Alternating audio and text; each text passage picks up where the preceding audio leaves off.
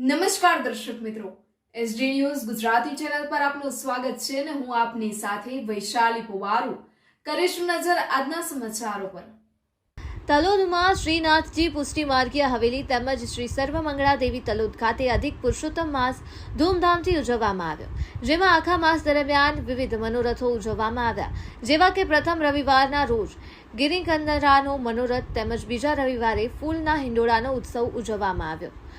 શરદોત્સવ, કેરી મનોરથ, ચુંદડી મનોરથ તેમજ દીપદાન, દીપમાલા, ચાંદીનો બંગલો જેવા વિવિધ ઉત્સવ ઉજવી શ્રી ગોવર્ધન પ્રભુને લાડ લડાવવામાં આવ્યા, જેના અલૌકિક દર્શનથી વૈષ્ણવગણ ઉત્સાહિત થયા।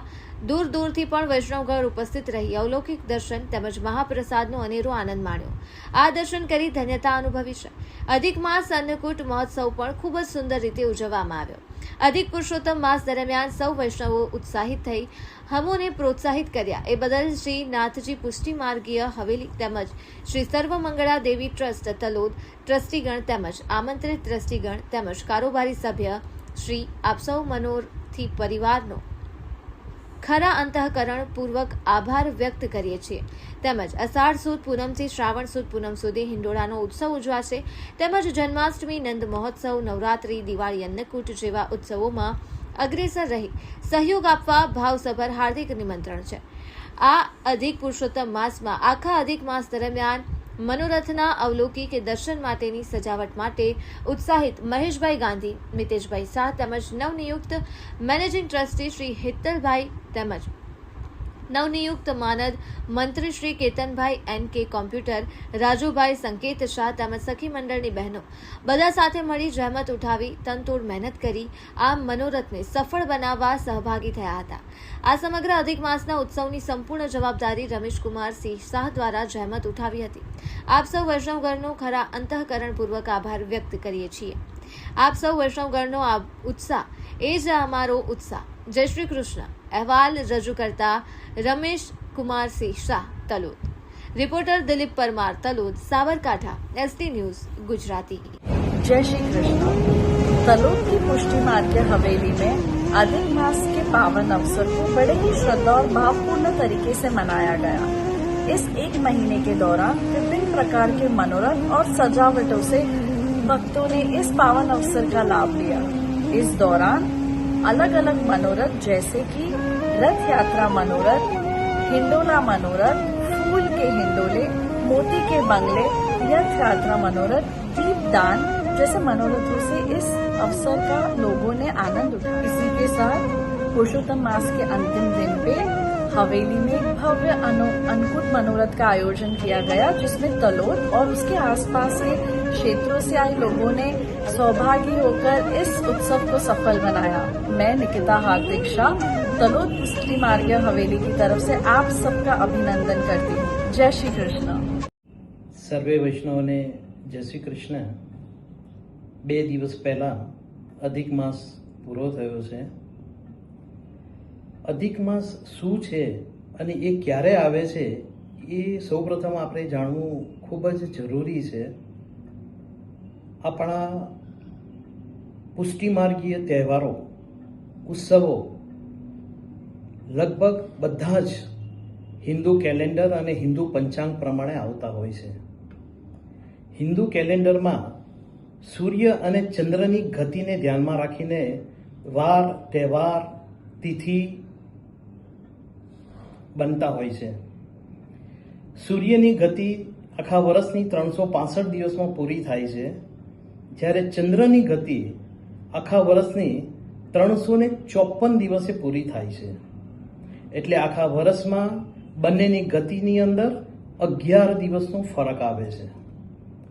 આ 11 દિવસનો ફરક 2.5 થી 3 વર્ષે જતા 30 દિવસમાં રૂપાંતર થાય છે। એટલે કે 1 મહિનો એનો નવો બને છે, જેને અધિક મહિના તરીકે આપણે વધારાના મહિના તરીકે ગણતરીમાં લેતા હોઈએ છીએ। દરેક મહિનાના દેવતા હોય છે, પરંતુ આ જે 1 મહિનો વધારાનો બને છે એ મહિનો કોઈ સ્વીકારવા માટે તૈયાર થયો નહીં, ત્યારે ભગવાન વિષ્ણુએ એ મહિનાને સ્વીકારી એ મહિનાનું નામ પુરુષોત્તમ માસ તરીકે એમને આપ્યું, જેથી આપણે એમ કહી શકીએ કે અધિક માસ એટલે કે પુરુષોત્તમ માસ। આ અધિક મહિનો કેવી રીતે આવે છે એનું આપણે આ રૂપાંતર સમજી ચૂક્યા.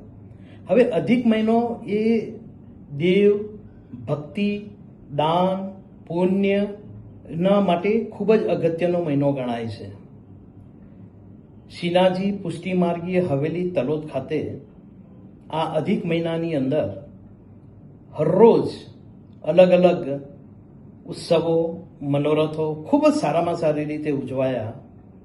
આ ઉત્સવોમાં જેને તન, મન અને ધનથી તેમનો સાથ અને સહકાર આપ્યો છે અને ઉત્સવો ખૂબ જ સારી રીતે ઉજવવા માટેના પ્રયત્નો કર્યા છે તેવા કમિટીના મેમ્બરો, દાતાશ્રીઓ તથા ટ્રસ્ટીગણનો હું ખરેખર દિલથી આભાર વ્યક્ત કરું છું અને એમને ખૂબ ખૂબ શુભેચ્છાઓ પાઠવું છું. દરરોજના મનોરથમાં તલોદના વૈષ્ણવોની સાથે સાથે આજુબાજુના ગામડા તથા શહેરોમાંથી ખૂબ જ વૈષ્ણવોની અવરજવર ચાલુ રહી ખૂબ જ ઉત્સાહથી દરેક મનોરથો ઉજવવામાં આવ્યા છે. આશા રાખીએ કે હવે આગળ શ્રાવણ મહિનો આવી રહ્યો છે. આ જ રીતના ઉત્સવો શ્રાવણ મહિનામાં પણ આપણે ઉજવીએ. ચલો બધા સાથે મળીએ અને શ્રાવણ મહિનામાં ફરીથી શ્રી ઠાકોરજીને લાડ લડાવીએ. સર્વેને મારા જય શ્રી કૃષ્ણ. પુષ્ટિમાર્ગીય સંપ્રદાયની અંદર અધિક માસનું મહત્ત્વ ખૂબ અતિ મહત્ત્વનો માસ એ અધિક માસ. અને અધિક માસની અંદર દરેક ઋતુના દરેક સમાના જે કંઈ ઉત્સવ હોય એ ઉત્સવ ઉજવાય અને એ જ પ્રણાલીને અનુસરીને શ્રીનાથજી પુષ્ટિમાર્ગીય હવેલી તથા સર્વમંગલા દેવી ટ્રસ્ટે આ અધિક માસની અંદર અધિક જેઠ સુદ એકમથી માંડીને જેઠવત અમાસ એટલે કે આજના દિવસ સુધીમાં જે કંઈ મનોરથો થાય જેવા કે હિંડોળા, ચુંદડી મનોરથ, દીપદાન, એથી એ વિશેષ અનેક મનોરથો કરીને ઠાકોરજીને ખૂબ લાભ જણાવ્યા. ઠાકોરજી અત્રે પ્રસન્નતામાં બિરાજતા હોય સ્પષ્ટપણે જણાઈ આવે છે. વૈષ્ણવોનો અનેરો ઉત્સાહ અને કાર્યકરોના તલોદ ટ્રસ્ટી મંડળના પ્રમુખ, મંત્રી, સહમંત્રી, ઉપપ્રમુખ અને સમગ્ર કારોબારી સભ્યો, સલાહકાર બોર્ડ અને તમામ કાર્યકરોનો આ માસની અંદર ખૂબ જ ઉત્સાહભેર તમામે કામ કરી અને ઠાકોરજીને લાડ લડાવવાની અંદર કોઈ કચાશ ન રાખી હોય એવું મારી દ્રષ્ટિએ જણાઈ આવે છે. અને એના ફલ સ્વરૂપે આજે છેલ્લા દિવસે પણ આજે ઠાકોરજીને અધિક સામગ્રી યાને કે અન્નકૂટ સામગ્રી ધરાવવામાં આવી. તેની અંદર પણ સવિશેષ વૈષ્ણવ રસ લીધો, પ્રસાદ પણ લીધો અને એથી વિશેષ ચાલુ અધિક માસની અંદર દરેક રવિવારે કોઈને કોઈ મનોરથી મારફતે ઠાકોરજીને સામગ્રી ધરાઈ અને વૈષ્ણવને પ્રસાદ લેવડાવવાની જે પ્રથા થઈ એ પણ એ રમેશભાઈને ખાસ તો આભારી છે. અને રમેશભાઈ, પ્રમુખ, મંત્રી અને બધાના પ્રયત્નોએ પણ ઠાકોરજીને ખૂબ લાડ લડાવ્યા અને વૈષ્ણવોએ પણ ખૂબ 5 રવિવારે પ્રસાદ લીધો અને ખૂબ જ સારી રીતે અધિક માસ ઉજવાયો. અને આપણે બધા જ હવે પછીનો અધિક માસ જે આવે એની આતુરતાપૂર્વક રાહ જોઈ રહીએ. જય શ્રી કૃષ્ણ સર્વને.